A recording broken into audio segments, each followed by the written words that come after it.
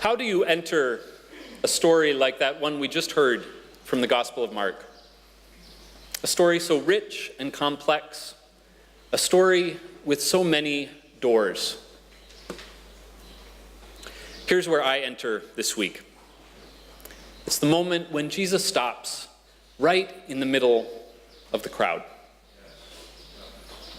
Let me explain.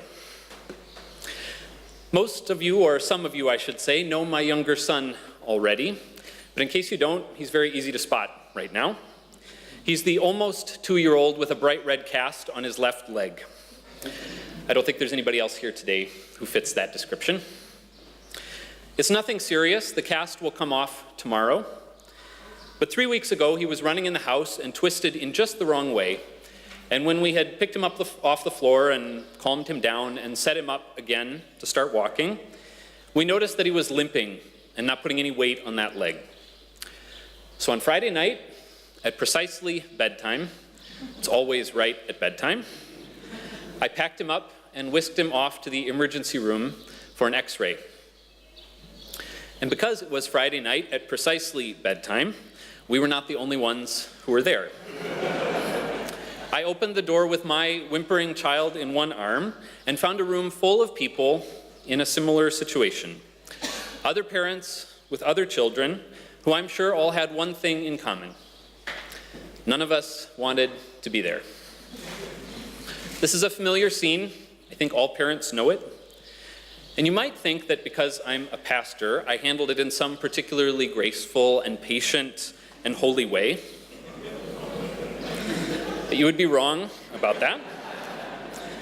I will not tell you about my inner monologue or the face I made when I thought somebody was cutting in line in front of me at the reception desk.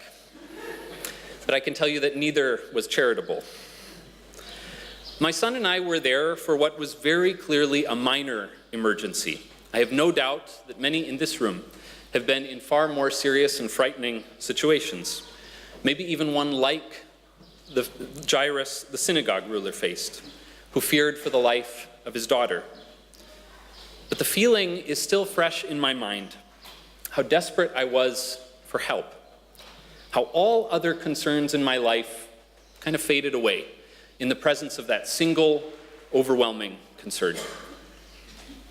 And so when I hear in the gospel reading this morning that Jesus stopped in the crowd and looked around and started asking his disciples questions, I feel that sensation come back a little bit.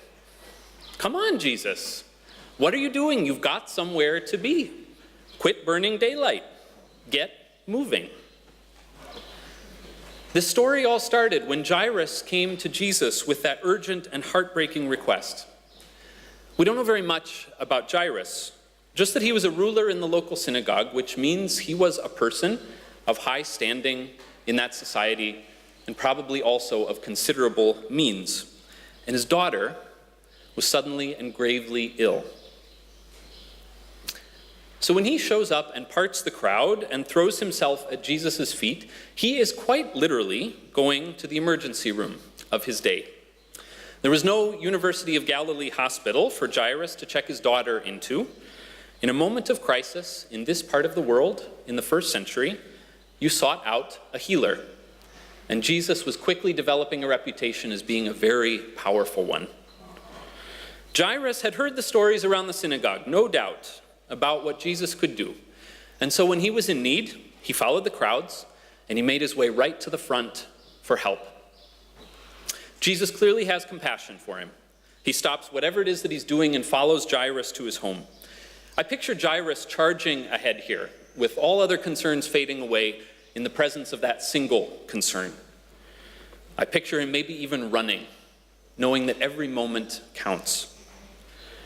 And then suddenly, he realizes that Jesus is not behind him, because Jesus has stopped. He's looking all around, and Jairus can hear him saying something about somebody having touched him. And the disciples are urging him to keep going, but Jesus is not budging. He's turning this way and that way, searching for someone. His attention for this moment somewhere else.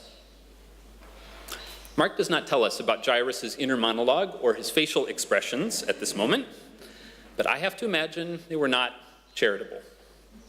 It's my turn, Jesus, and every moment counts. How can you stop now? If you enter this story through the door that I did, through Jairus' door, this moment is a deeply frustrating one, aggravating. But Mark gives us lots of doors into this story, and if you enter through a different one, this moment is something else altogether. Because coming up through the crowd that's making its way to Jairus' house is a person who is very different from Jairus. We don't know her name, because she was not a person of high social standing or considerable wealth. In fact, she was a person relegated to the fringes of her society because of her condition. Mark tells us she has been bleeding for 12 years. And we know that in this culture, a woman in that condition would be considered unclean, fit only for isolation. She's tried everything, every treatment that the first century doctors and healers have to offer, and it's only made her more sick and more poor. Like Jairus, she's also heard about Jesus' power, and like Jairus, she also hopes he can heal her. But unlike Jairus, she cannot just march right up to Jesus in a crowd. Because of her condition, she is supposed to be isolated, kept far from crowds where she might contaminate someone else. So unlike Jairus, she can't walk up to the front door of the first century emergency room. So instead, she does the only thing that she can do. She sneaks up to the back door. She makes her way through the crowd around Jesus, hoping no one will notice her, and start pointing fingers, and she gets close enough to touch Jesus' clothing. So I realize that to us, this whole touching Jesus' clothes thing kind of seems like no big deal. I mean, the disciples say it too. Lots of people have bumped into you, Jesus. You're in the middle of a crowd.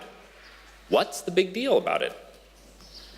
And the big deal is that this woman has done a very risky thing. By reaching out and touching Jesus, she has risked making him unclean in the understanding of her culture, which could throw off the healing that he's about to go perform. She has risked draining all of his healing power in the way they might have understood that, using it up and leaving none for Jairus' daughter. And she's risked drawing attention to herself, which over 12 years she has probably learned to avoid at all costs. So when she reaches out to touch Jesus, it is an incredible and multi-layered risk that she is taking. That's likely why she doesn't touch his body, but just his clothes, hoping that small bit of contact will be enough to heal her, but maybe, just maybe, nobody will notice. Which brings us now to that moment that must have been so confounding and frustrating for Jairus and so frightening for this woman who hoped to stay unnoticed. That moment when Jesus stops and looks all around him for who touched him. Why does he stop? Why doesn't he just keep going? Here's my answer. I don't think Jesus would have stopped for any old interruption that day. If somebody wanted to talk about the weather or debate one of the laws, I think Jesus would have kept going and said, I'm a little busy right now. Let's talk later. I think Jesus stopped because he has a particular concern for people like this woman. I think this story shows us Jesus' particular concern for people who are desperate enough to take a risk. When I see this woman sneaking over the boundaries of what was acceptable in her time and creeping toward her hope for a new future and willing to take a great risk because she has tried everything else, I can't help but see something of what's going on at the southern border of my own country right now.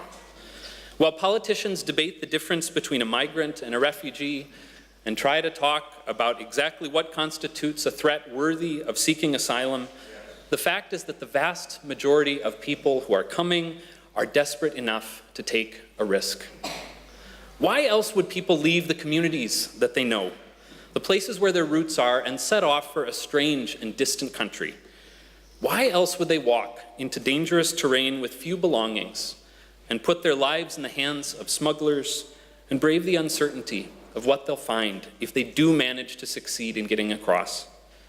In the vast majority of cases, they are coming because they have tried everything else, and they still see only violence and poverty and hopelessness for themselves and their children.